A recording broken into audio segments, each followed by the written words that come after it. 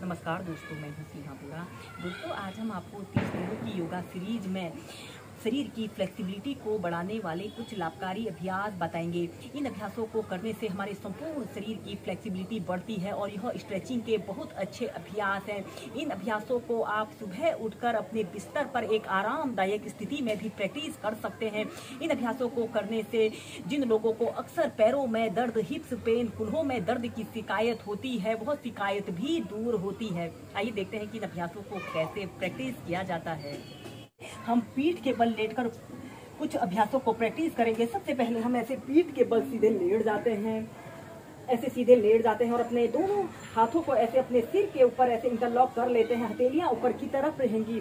जैसे आप खड़े होकर ऊर्ध्व ताड़ासना को प्रैक्टिस करते हैं, वैसे ही सबसे पहले आपने इस अभ्यास को प्रैक्टिस करना है। श्वास अंदर भरते हुए ऐसे अपने ऊपरी शरीर को ऊपर की तरफ खींचे और दोनों पैरों को ऐसे आगे की तरफ तानते हैं, ऐसे आपके पंजे आगे की तरफ तने हुए हों। 10 सेकंड तक ऐसे ही रुकें और फिर श्वास छोड़ते हुए ऐसे अपने पैरों को ढीला छोड़ दें और अपने सिर को, अपनी हथेलियों को ऐसे अपने सिर के ऊपर रख लेते हैं। श्वास अंदर भरते हुए ऐसे अपने ऊपरी शरीर को और निचले शरीर को एक साथ खींचते हैं।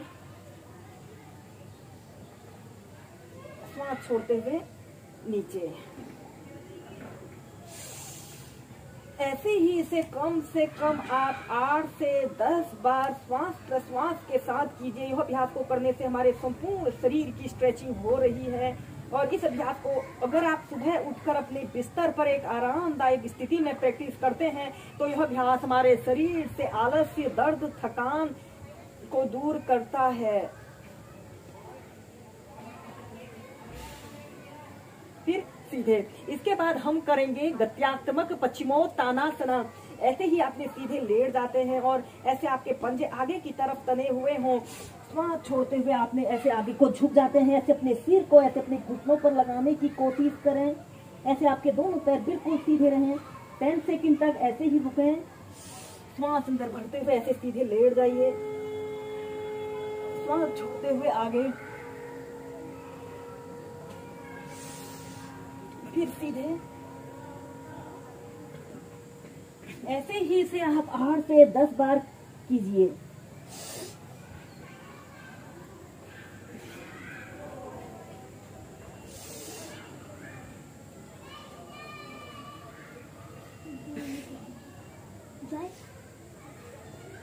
दोस्तों, इसके बाद हम नेक्स्ट अभ्यास करेंगे सुप्त पाद अंगुष्ठ आसन। सुप्त पाद अंगुष्ठ आसन स्ट्रेचिंग का एक बहुत अच्छा अभ्यास है। इस अभ्यास को करने से हमारे संपूर्ण शरीर पर बहुत अच्छा प्रभाव पड़ता है।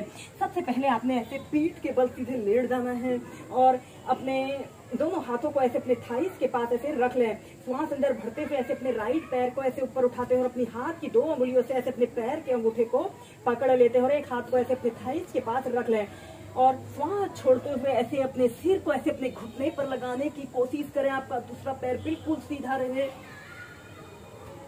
30 सेकंड तक ऐसे ही होल्ड करके रखें या फिर अपने दोनों हाथों को ऐसे अपने घुटनों तलवों के नीचे से ऐसे रखकर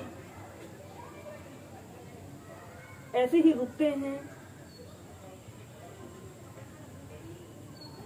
फिर सीधे की दूसरी साइड से ऐसे अपने पैर को ऐसे ऊपर को उठाएं। आपका पैर बिल्कुल सीधा रहे। श्वास छोड़ते हुए ऐसे अपने घुटने को ऐसे अपने नाक पर स्पर्श कराने की कोशिश करें जितना आप कर सकते हैं। 30 सेकंड तक ऐसे ही रुकते हैं।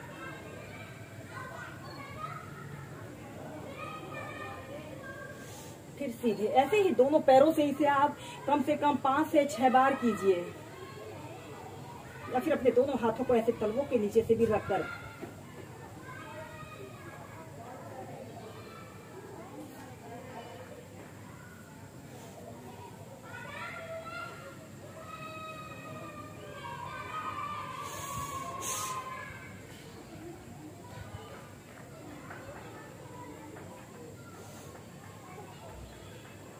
फिर सीधे सुप्त पाद अंगुष्ठासन के थोड़ा एडवांस पोज को करने के लिए आपने ऐसे ही सीधे लेट जाते हैं और अपने राइट पैर को ऐसे ऊपर को उठा लेते हैं और अपने हाथ की 2 उंगलियों से ऐसे अपने पैर के अंगूठे को पकड़ लेते हैं और ऐसे अपने पैर को ऐसे अपने कान के जितने समीप आप ला सकते हैं समीप लाने की कोशिश करें। आपका दूसरा पैर बिल्कुल सीधा रहे।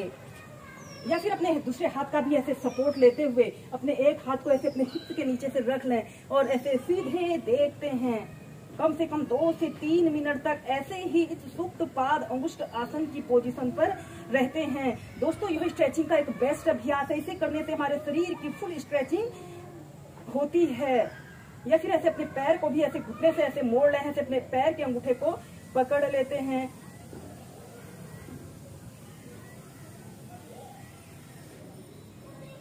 और फिर सीधे ऐसे ही इस अभ्यास को फिर दूसरी साइड से करेंगे। ऐसे अपने लेफ्ट पैर को ऐसे ऊपर को उठा लें, अपने हाथ की 2 उंगलियों से पैर के अंगूठे को पकड़ लेते हैं। ऐसे अपने कान के जितने समीप आप ला सकते हैं समीप लाने की कोशिश करें, या फिर दूसरे हाथ का भी ऐसे सपोर्ट लेते हुए ऐसे अपने हाथ को ऐसे अपने हिप्स के नीचे से रखते हुए ऐसे ही कम से कम 2 से 3 मिनट तक सुप्त पाद अंगुष्ठ आसन की पोजीशन पर रहते हैं। Normal breathing. जिन लोगों को अक्सर शरीर में दर्द, थकावट, थकान जैसी शिकायत होती है, उन लोगों के लिए बहुत अच्छा अभ्यास है। ऐसे अपने पैर को भी ऐसे घुटने से मोड़ लें